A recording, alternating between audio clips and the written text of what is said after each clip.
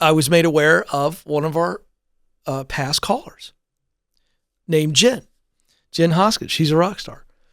And she sent a nice note. And I got it right here in front of me. And it involved a TikTok that she had put out. And then more TikTok. We'll get to the rest of the story. But this is what she put up on TikTok talking about her experience calling into the show. Let's roll it.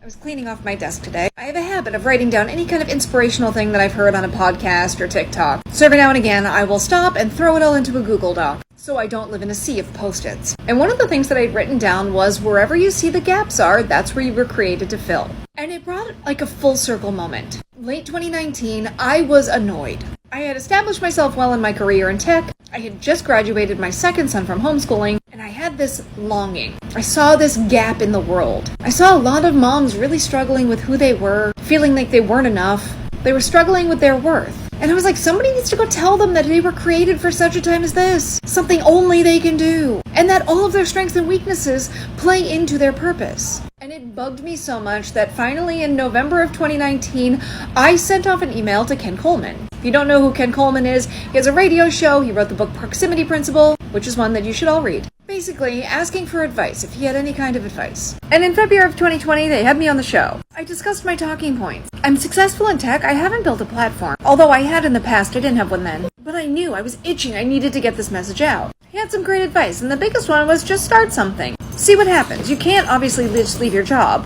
but start looking for open doors. And within 2 months, the entire world shut down. I was now working from home. Out of boredom, I downloaded this app.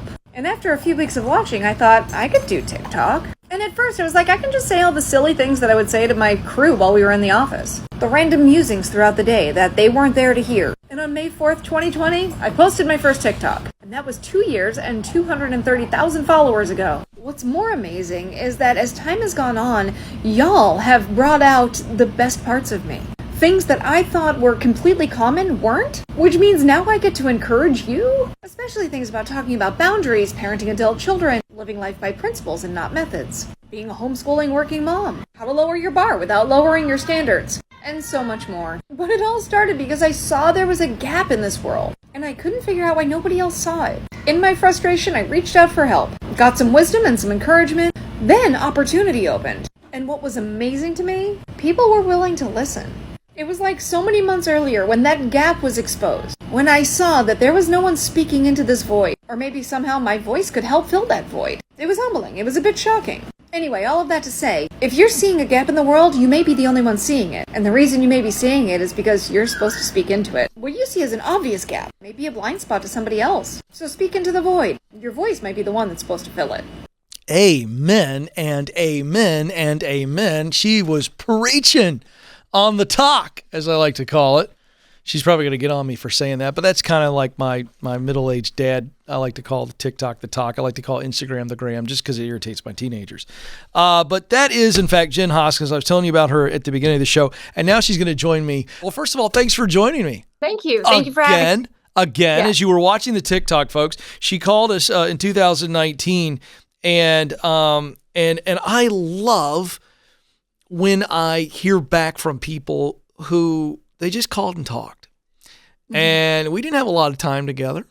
And I told you what I thought, and you did it. And I love that you kept saying in that TikTok, multiple times you mentioned standing in the gap.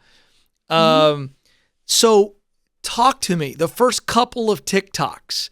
I want people to hear how you started, because we tend to glamorize stuff. And the fact is, you just were like, screw it. I'm going to get on TikTok and start saying stuff and share my voice. Tell me what the first couple of TikToks were. Did you delete them before you posted them 17 times? Like, paint the picture.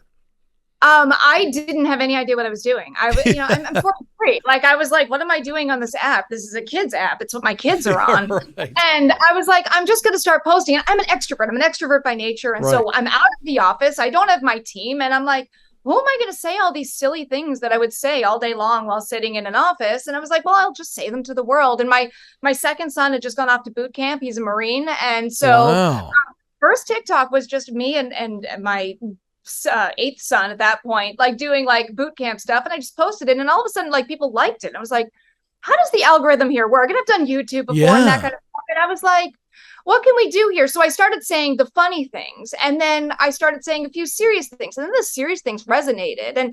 And take back to before I was on the show, I was on an airplane. I couldn't figure out the Wi-Fi like 6 months before, and I got annoyed. And I realized my grandfather and my uncle were just these, or my grandfather and my dad were these huge influences in my life. And I wrote down these principles that they had taught me, these 10 principles that I had learned from them, that I more was caught than taught. And I was like, people need to hear these. Like I observed how amazing these principles were, and they were just kind of burning in me. And so then, I wrote into you, because that was kind of what prompted, where I was like, I need to get this out there. I can teach my kids it, but I want to teach everybody that. So you started putting this out on TikTok? Started putting it out on TikTok. So let me ask you this, because we only got about 3 minutes, so I'm sorry to interrupt, but I got to know, how long before things started to really take off? Because I don't know where you're at right now, but as of your email, you were at 240,000 followers. You've been in the New York Post, the Daily Mail, which is London's paper. You've been on Inside Edition and Ashley Banfield, I'm guessing because of the quality of your advice. So how long did it take for the TikTok to really take off? At first it was pretty quick, because everybody was home. They didn't have anything to do. So they were all following. And then it slumped down when the world started to open. And then it became very organic growth. And so it's been a very steady climb over the last couple of years. So. And you're still doing it? Well, are you doing a talk or two a day? I sit every morning. I'll sit outside, or every evening, and I'll shoot like 4 or 5, because I work all day. So I'll just publish them as the day goes on. They just sit in drafts. And then that night I'll go through comments and respond. And it's kind of a fun hobby, it's so fulfilling. You've got a tribe.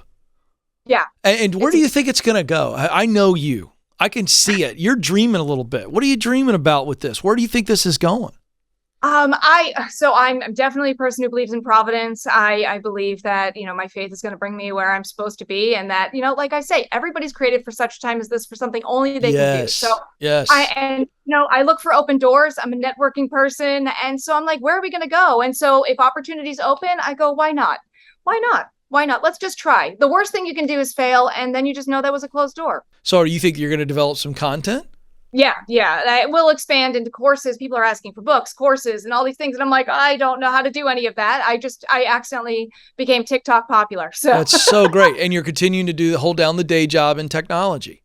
Yeah. Wow. Unbelievable. I've promotion since. All right. So you ready? I'm going to let you have the last word before I wrap the show. I need you to give me 10 seconds. You're a TikToker. You know what that means. Encourage somebody right now who's going, I feel like I want to do it, but I'm scared. What would you say?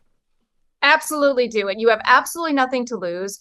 You have everything to be able to gain. And the worst thing that you can possibly do is mess it up. And that's the greatest teacher. Failure is your greatest teacher. Don't be scared of it. She is Jen Hoskins. Tell them your handle on TikTok so they can go follow you. What is it? Jen Hoskins. It's Jen with 2 N's. Jen with 2 N, Hoskins. Jen, you are amazing. I don't know which is more amazing. Your story, or your hair. It's a trifecta of amazing. Thank you so much for giving us a shout out on your TikTok channel.